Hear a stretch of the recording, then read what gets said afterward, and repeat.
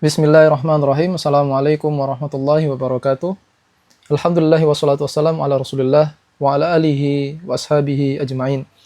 Baik, ayyuhal hadirun, ikhwah sekalian, dimanapun berada, kita di kesempatan kali ini akan membahas dan mengkaji tentang salah satu ibadah yang wajib dikerjakan setiap hamba, yaitu bertaubat kepada Allah Subhanahu wa taala. Kewajiban bertaubat ini ya dijelaskan di dalam Al-Qur'an, yang mana Allah Subhanahu wa taala berfirman dalam surat An-Nur ayat 31. Allah mengatakan, "Wa tubu ilallahi jami'an ayyuhal mu'minun la'allakum tuflihun." Bertobatlah kalian semua kepada Allah, wahai orang-orang yang beriman, moga-moga kalian semua ya diberikan keberuntungan oleh Allah Subhanahu wa taala. Demikian juga firman Allah yang lain, ya. Di dalam Al-Qur'an Allah mengatakan surat At-Tahrim, "Ya ayyuhalladzina amanu tubu ilallahi taubatan nasuha." Wahai orang-orang yang beriman, bertobatlah kalian semua kepada Allah dengan taubat yang nasuh, taubat yang jujur, yang benar.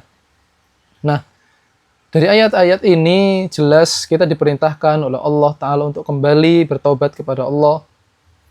Namun, ketika Allah Ta'ala memerintahkan kita untuk bertobat, yang mana taubat ini hukumnya wajib berdasar ayat-ayat tadi, banyak di antara kaum muslimin mereka belum paham betul bagaimana cara bertobat yang benar, bagaimana orang itu dikatakan telah bertaubat kepada Allah Ta'ala. Dan ini masih banyak ditanyakan, sering ditanyakan, apakah taubat itu hanya cukup dengan istighfar saja, memperbanyak istighfar, ataukah dia harus mengerjakan sholat, taubat dan semisalnya. Maka di sini kita akan bahas bagaimana hakikat bertaubat kepada Allah Subhanahu wa taala. Mengingat ini merupakan salah satu kewajiban yang harus kita kerjakan sebagai seorang mukmin. Ikhwatal iman rahimani wa rahimakumullah. Kenapa kita harus bertaubat?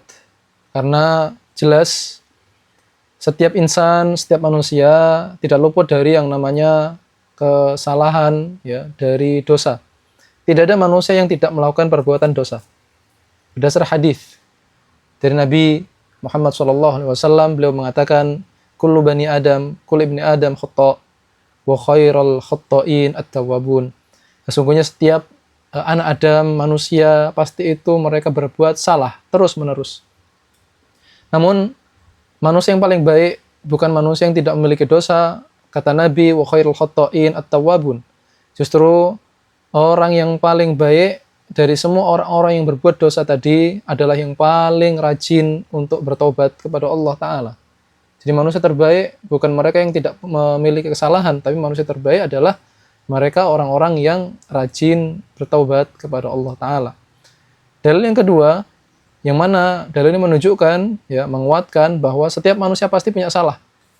Ya, tidak ada manusia yang maksum.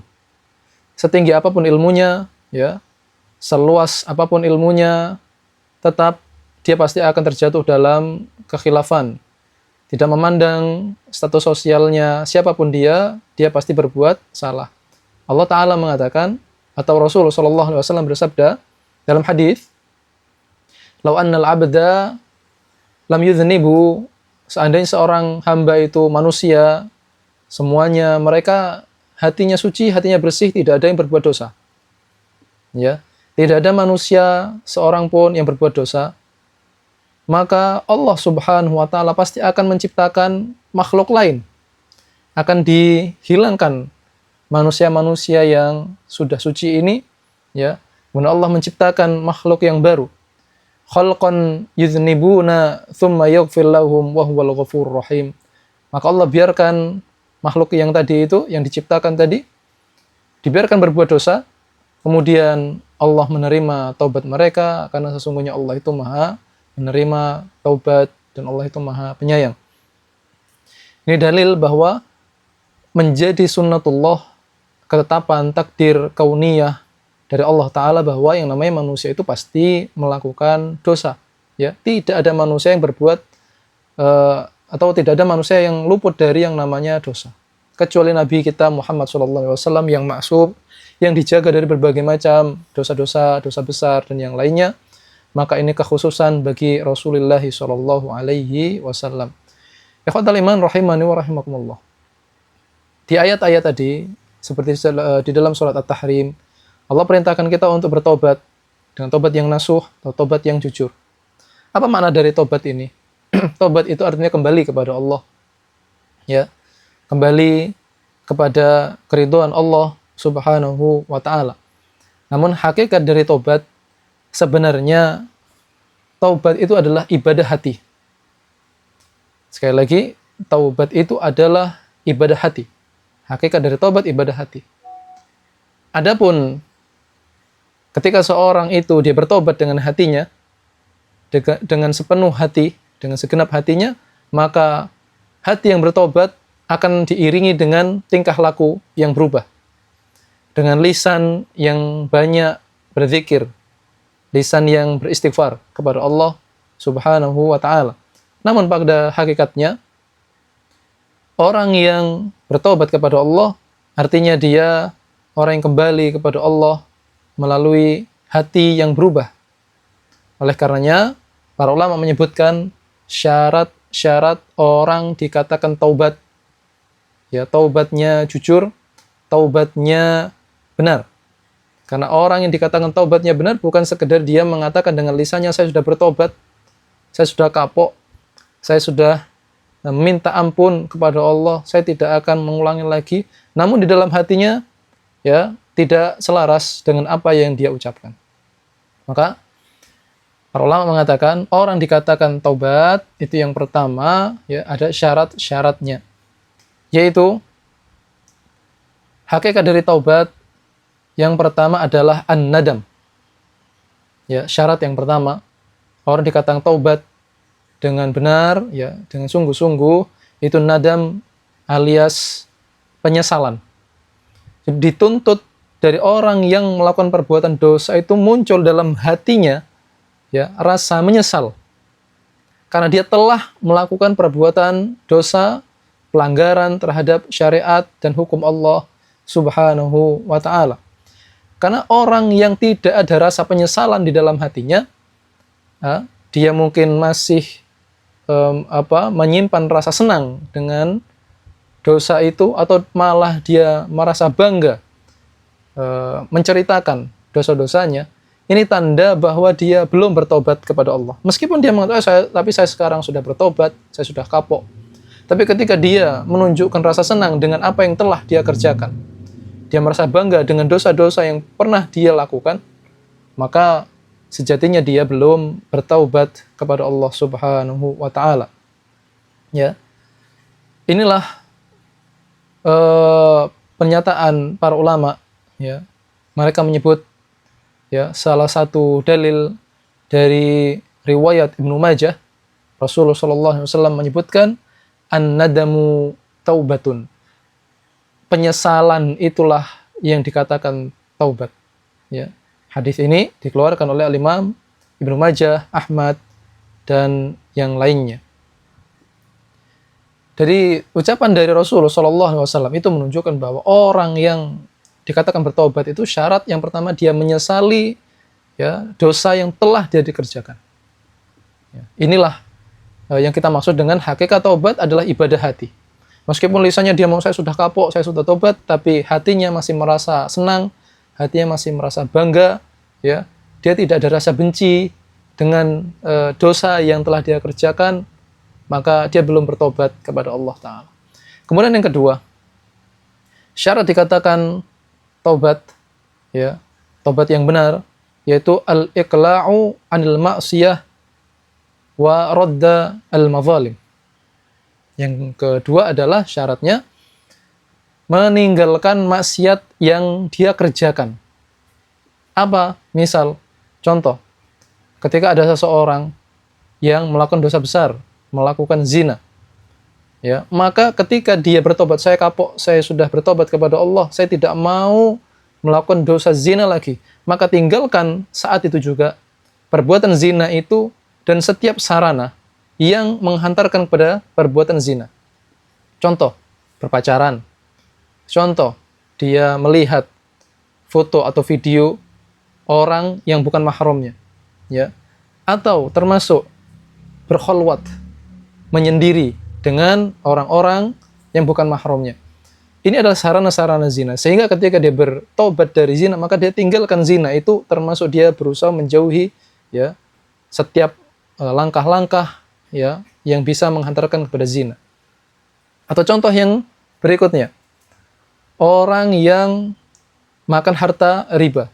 Orang dikatakan bertobat dari perbuatan riba, bukan hanya saya sudah menyesal, saya sudah kapok, saya tidak mau mengulangi perbuatan riba lagi, bertransaksi riba, baik sebagai pemberi pinjaman ya atau yang menerima pinjaman dengan adanya tambahan-tambahan bunga dan semisalnya, maka kewajibannya selain dia menyesal, hendaknya dia tinggalkan transaksi tersebut. Tutup transaksi itu, putuskan transaksi ribawi tersebut dengan cara apapun ya, sehingga dia mengakhiri transaksi ribawi tadi. Sebagaimana Allah katakan, orang yang katakan bertobat dari dosa riba, Allah berfirman, wa in tubtum, apabila kalian benar-benar bertobat, falakum ru'usu amwalikum, maka hak kalian ya, orang-orang yang meminjami uang, misal dia meminjamkan uang kepada orang yang butuh, hak Anda hanya mengambil pokok dari pinjaman itu saja, tidak boleh mengambil keuntungan dari pinjaman itu. La tadhlimuna wa la tudhlamun, sehingga kalian tidak berbuat zalim kepada orang lain dan kalian pun tidak dizalimi oleh orang lain ya. Ini hakikat bertobat kepada Allah Subhanahu wa taala. Dan jika dosa yang kita kerjakan itu berkaitan dengan hak orang lain, berkaitan dengan harta orang lain, kehormatan orang, maka wajib mengembalikan kezaliman itu. Artinya dia meminta maaf ya, jika ini berkaitan dengan hak orang. Dia meminta maaf jika ada sesuatu yang telah dia ambil, hendaknya dikembalikan kepada yang berhak. Atau jika orangnya tidak ada, tidak bisa ditemukan orang yang dizalimi, kembalikan kepada kerabatnya, ahli warisnya. Misal kita ada harta yang kita ambil, kita kembalikan. Ini adalah cara bertobat yang benar. Jadi selain dia menyesal, dia menghentikan tindakan kezaliman, tindakan dosa yang sedang dia kerjakan. Saat itu juga, adapun orang-orang yang menunda-nunda, saya akan bertobat kepada Allah, tapi nanti ketika saya masuk bulan Ramadan, misal. Nanti kalau saya sudah umroh, saya meninggalkan minuman keras, misal. Ini bukan taubat, ya. Ini bukan dikatakan taubat yang nasuh, yang jujur. Kalau dia memang serius bertaubat, maka dia tinggalkan perbuatan itu saat itu juga, ketika dia telah menyadari, telah melakukan perbuatan dosa dan kesalahan. Kemudian, taubat yang nasuh itu memiliki ketentuan yang ketiga, yaitu hendaknya dia bertekad untuk tidak mengulangi perbuatannya lagi. Tekad, kesungguhan. Ya. Jika orang itu benar-benar bertobat dengan taubat yang nasuh, maka di dalam hatinya dia benar-benar merasa kapok, merasa benci terhadap dosa yang telah dia dikerjakan, maka tidak ada keinginan untuk balik. Apabila orang itu masih ada terbetik dalam hatinya, saya bertobat dulu, tapi nanti setelah misal waktu tertentu, setelah Ramadan, setelah saya selesai urusan saya akan lakukan itu lagi. Ini bukan taubat. Ini bukan taubat. Dia hanya berhenti sesaat saja dari perbuatan zalim atau kemaksiatannya, tapi itu tidak dikatakan taubat yang mana pahalanya, pahala kewajiban dari bertobat itu dia peroleh. Ya. Jadi harus bertekad ya, bersikeras untuk tidak akan mengerjakan itu lagi. Ya. Dan yang berikutnya, taubat itu memiliki tempo. Ada waktunya. Apabila orang itu bertobat kepada Allah, meskipun dia menyesal, meskipun dia tinggalkan dosa itu, meskipun dia bertekad tidak mengulang lagi 3 syarat tadi. Namun ketika dia lakukan taubat itu kelewat waktunya, maka taubatnya tidak akan diterima. Jadi taubat itu ada temponya, ada batas waktunya. Kapan batas waktu orang yang diterima taubatnya? Yaitu ada dua. Yang pertama, sebelum nyawa melewati tenggorokan kita. Ya, sebelum leher kita tercekik, menahan rasa sakit ketika sakaratul maut. Ya, selama belum mengalami hal itu, insya Allah taubatnya diterima. Namun apabila dia bertobat dalam kondisi sakaratul maut, dalam kondisi nyawa sudah mau lepas dari dirinya, sudah sampai pada tenggorokannya, maka taubatnya tidak akan diterima. Meskipun orangnya masih hidup, masih meregang nyawa, ya, masih bisa dia di dalam hatinya memunculkan rasa penyesalan dan semisalnya, tapi taubat yang dia kerjakan sudah terlambat. Apa kata Allah Subhanahu wa taala di dalam Al-Qur'an, "Walaysatut taubatu lilladzina ya'maluna as-sayyi'ati hatta idza hadara ahaduhumul maut." Taubat itu tidak dikatakan taubat yang diterima bagi mereka yang telah melakukan perbuatan buruk hatta idza hadara ahaduhumul maut.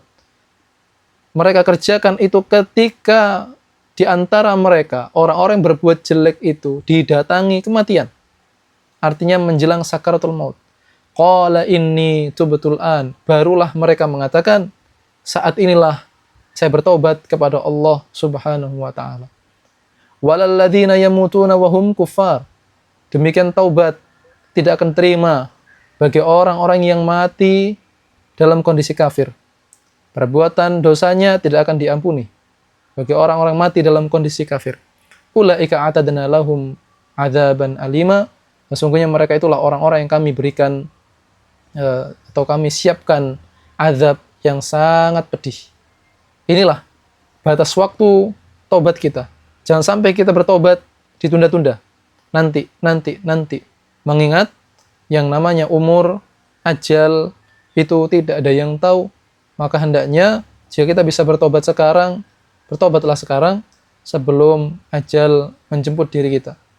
Di dalam sebuah hadis Rasul sallallahu alaihi wasallam menegaskan, innallaha ta'ala yaqbalu taubatal abdi ma lam yughargir. Sesungguhnya Allah taala senantiasa menerima taubat seorang hamba.